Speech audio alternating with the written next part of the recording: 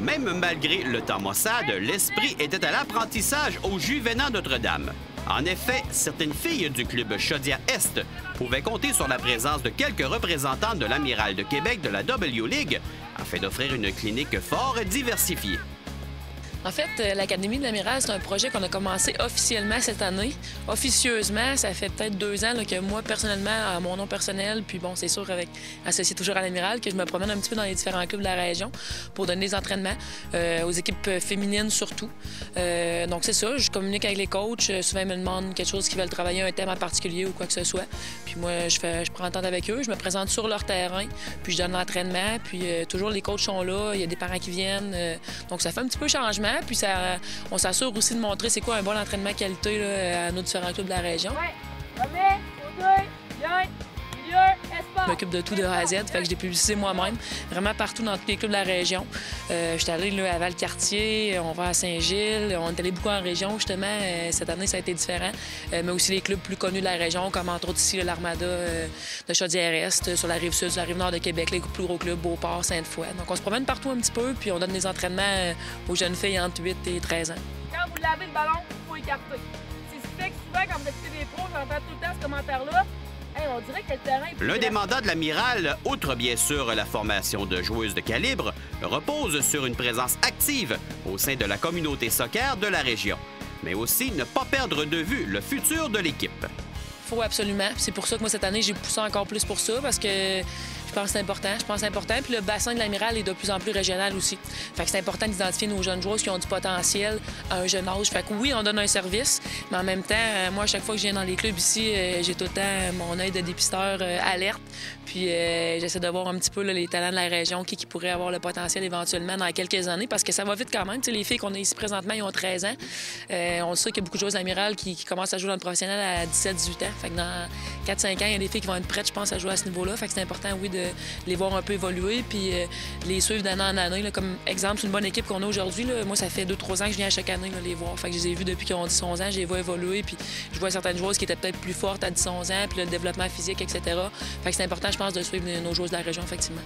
Présente pour vivre un bel entraînement, 2 jeunes filles vraiment passionnées de leur sport. Dans le fond, le soccer, c'est vraiment une passion. Je trouve que c'est un sport qui m'amène à me dépasser puis à me donner confiance en moi, puis ça me fait en même temps une discipline personnelle. Et toi? Eh bien, moi, je trouve que le soccer, c'est un jeu d'équipe qui nous aide autant sur le plan physique, mais sur notre plan personnel. Comme elle l'a dit, ça nous apporte à nous donner des défis, toujours de nous dépasser. Puis on en apprend aussi sur nos amis, puis c'est bon pour nous. Donc, le soccer permet de se retrouver et développer de beaux liens amicaux. Ben oui, moi, j'ai beaucoup d'amis dans cette équipe-là. Là. Mon ancienne amie a joué avec moi dans la même équipe, puis on a construit une belle relation, autant sur le terrain qu'en dehors du terrain. On fait preuve d'une bonne complicité. Ben oui, pourquoi pas, on écarte, c'est ça! Pour ces jeunes filles, participer à l'Académie de l'Amiral permet de vivre une belle expérience. C'est des joueurs qui ont beaucoup d'expérience, puis s'ils sont là pour nous la transmettre puis nous faire progresser, quoi de mieux, c'est parfait. Toi, qu'est-ce que tu penses apprendre de ça ici aujourd'hui? Bien, dans le fond, c'est comme le jeu qu'ils nous font. C'est comme des modèles pour nous. Pour moi, c'est des modèles, puis ça m'aide, dans le fond, à m'améliorer tout le temps avec leurs conseils, puis je trouve ça vraiment le fun, là, parce qu'on peut se développer avec eux, puis en même temps, comme je disais, c'est des modèles. Je fais la passe, j'écarte un peu, et au moment que le ballon est lancé, là, Bien entendu, une clinique de 90 minutes, par exemple, ne peut s'effectuer sans l'aide de joueuses de talent. J'ai mon équipe un petit peu qui travaille avec nous là, cette année. Cette année, mon équipe est plus officielle aussi. Les autres années, je prenais un petit peu différentes joueuses de l'Amiral.